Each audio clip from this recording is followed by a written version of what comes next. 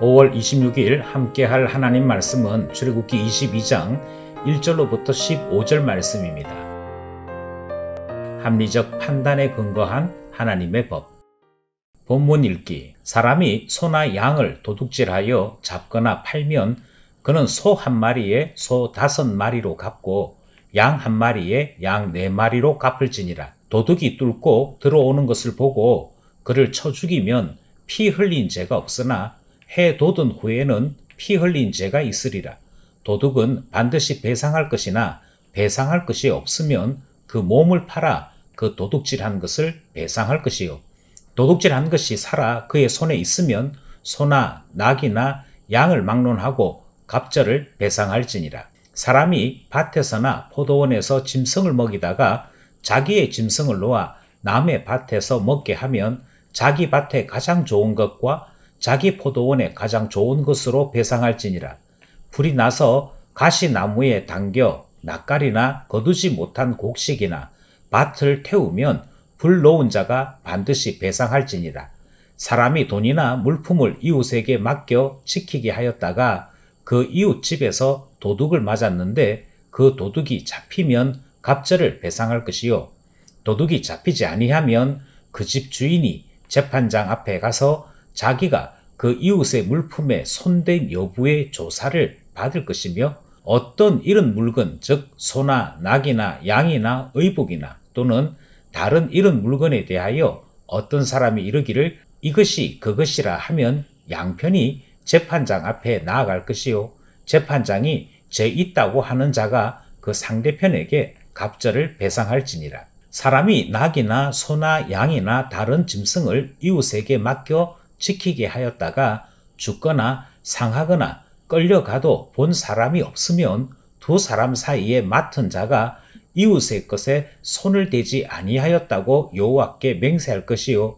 그 임자는 그대로 믿을 것이며 그 사람은 배상하지 아니하려니와 만일 자기에게서 도둑 맞았으면 그 임자에게 배상할 것이며 만일 찢겼으면 그것을 가져다가 정언할 것이요. 그 찢긴 것에 대하여 배상하지 아니할지니라. 만일 이웃에게 빌려온 것이 그 임자가 함께 하지 아니할 때에 상하거나 죽으면 반드시 배상하려니와 그 임자가 그것과 함께 있었으면 배상하지 아니할지니라. 만일 새 낸 것이면 새로 족하니라. 전체 구조와 본문 이해하기. 오늘 본문은 도덕법과 시민법이 함께 적용되는 말씀입니다. 10계명 가운데 8계명은 도둑질하지 말라 하시는 말씀이고 10번째 계명인 10계명은 이웃의 재물을 탐내지 말라 하시는 말씀이지요. 이 두 계명의 해설에 대한 말씀이 오늘 본문의 내용이다. 그렇게 말씀드릴 수 있습니다. 오늘 본문은 3개로 구성되어 있습니다. 1절로부터 4절은 도둑에 대한 것이고요. 5절, 6절은 곡식에 대한 것입니다. 그리고 절반 가까이 되는 7절로부터 15절은 맡겼을 때 일어난 문제들에 대해 말씀합니다. 이렇게 8계명과 10계명에 대한 해설인데 긴 설명이 필요한 이유는 여러 경우에 다양한 변수가 발생하기 때문입니다. 흔히 사람들이 하는 말 가운데 악마는 디테일에 있다 하는 말이 있습니다. 주님의 계명은 너무도 분명하지만 이런 경우 저런 경우 사람들은 죄와 죄 아닌 것을 아슬아슬하게 줄타기 하려고 하는 습관이 있지요. 하지만 하나님의 말씀은 각각의 경우들을 예를 들어 하나님의 말씀대로 사는 것이 무엇인지 분명하게 구분하도록 이끄시는 것을 확인할 수 있습니다. 절충도 아니요, 한쪽에 치우친 것도 아닌 하나님의 공의를 따라 합리적인 판단으로 이끄시는 말씀, 오늘도 살펴보도록 하겠습니다. 첫 번째는 1절로부터 4절 말씀인 도둑질의 경우에 해당되는 말씀이지요. 오늘 본문에 있는 긴 내용을 이렇게 몇 가지로 요약하자면 먼저 도둑질로는 어떤 것도 남길 수 없도록 철저하게 배상한다. 이것이 1절로부터 4절까지 말씀의 원칙으로 적용되고 있습니다. 도둑질했다. 그런데 소를 도둑질했으면 5배로 갚으라 말씀하십니다. 양을 도둑질했으면 4배로 보상하라 말씀하시는 내용이 등장하지요. 그런가 하면 4절 말씀에 보면 훔친 짐승을 산채로 보관하고 있었다면 2배로 보상할 것을 말씀합니다. 아마도 산채로 짐승을 보관했다는 것은 그가 이 짐승을 죽이거나 팔 용도가 아닌 자기 자신이 사용할 뜻이 있었기에 그 살아있는 짐승을 그대로 주인에게 돌려낸과 동시에 보상하는 것이 포함되어 있다, 이렇게 해석되는 것이지요. 3절 말씀에 따르면 배상할 수 없을 경우에는 자기 몸을 노예로 팔아서라도 반드시 배상하도록 하시는 것을 확인할 수 있습니다. 이와는 좀 별도로 2절, 3절에서는 방범과 도둑의 인권에 관한 문제를 다루고 있지요. 밤중에 도둑질 하다가 그만 주인에게 죽게 되었을 경우 주인은 살인죄에 적용을 받지 않습니다. 하지만 낮에 도둑을 구분할 수 있을 경우 살인이 일어났다면 그 주인이라 할지라도 살인죄에 적용을 받는다 하는 말씀이 2절, 3절에 나타나고 있습니다. 첫 번째로 우리는 도둑질을 당한 경우에 하나님의 말씀을 살펴보았습니다. 두 번째 경우는 5절과 6절에 있는 곡식 피해의 경우에 대한 말씀입니다. 두 가지로 나누어서 말씀을 하시죠. 먼저 5절에 보시면 내가 키우는 가축이 남의 밭에 곡식에 피해를 끼친 경우 가축의 주인이 관리 부실의 책임을 짊어지고 자기 소유 중에 가장 좋은 소출로 피해자에게 보상할 것을 말씀하십니다. 반면에 6절에서는 불에 의해 곡식에 피해를 당한 경우 사고에 해당되는 것으로 해석을 합니다. 그래서 가장 좋은 것은 아니지만 그럼에도 불구하고 반드시 배상하도록 주님이 말씀하시지요. 5절과 6절의 차이는 과실이냐 사고냐에 따라 구분되는 것이고요. 과실이든 사고이든 반드시 피해당한 것은 보상한다. 그러나 적절하게 보상한다 하는 내용이 등장하는 것을 확인할 수 있습니다. 세 번째로 7절에서부터 15절 말씀입니다. 이 말씀은 보관을 하다가 일어난 경우의 내용을 다루고 있지요.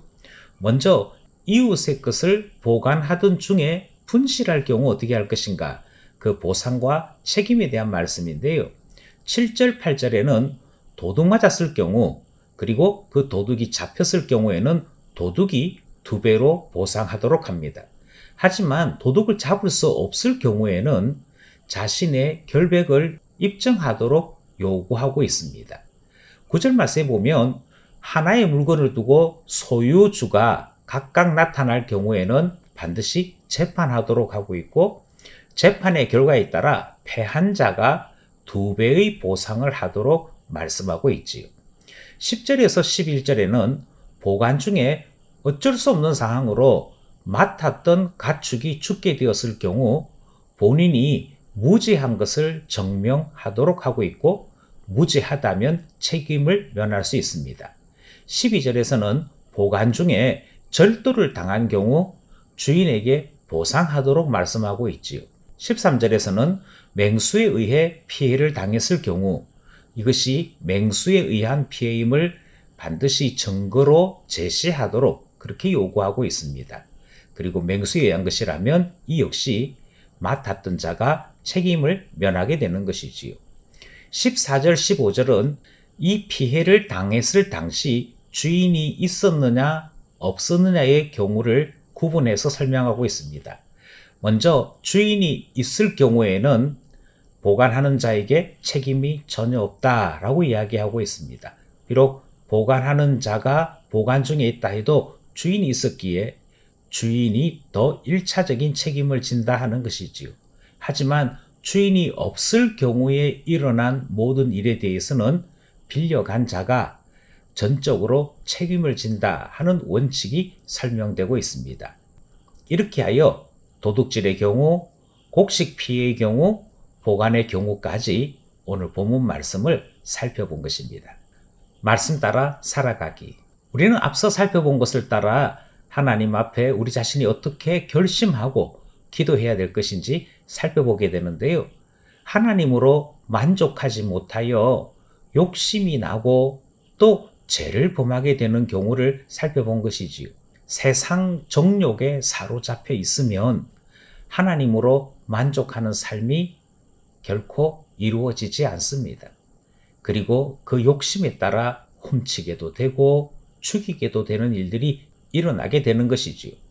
그러므로 우리 안에 세상 정욕이 사라지도록 주님 앞에 기도해야 할 것입니다.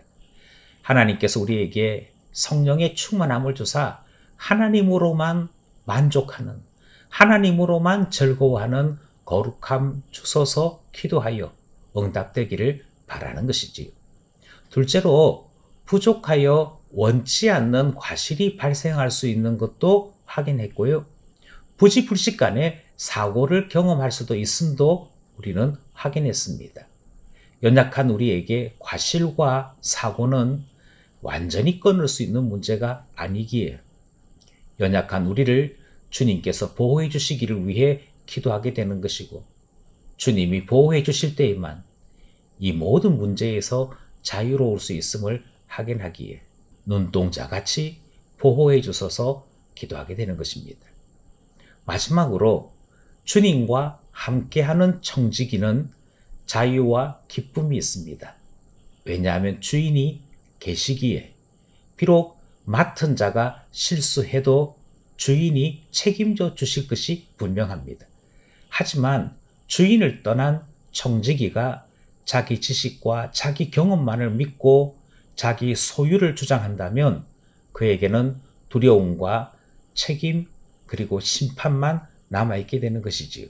주님이 함께 하느냐 아니냐에 따라 청지기는 그만큼 달라진다 하는 말씀을 우리가 배웠기 때문입니다. 그러므로 기도하기를 모든 주의 청지기들마다 주 안에 있게 하소서 기도하게 되는 것이지. 오늘도 말씀과 기도로 살아가는 우리 모두가 되기를 소원합니다.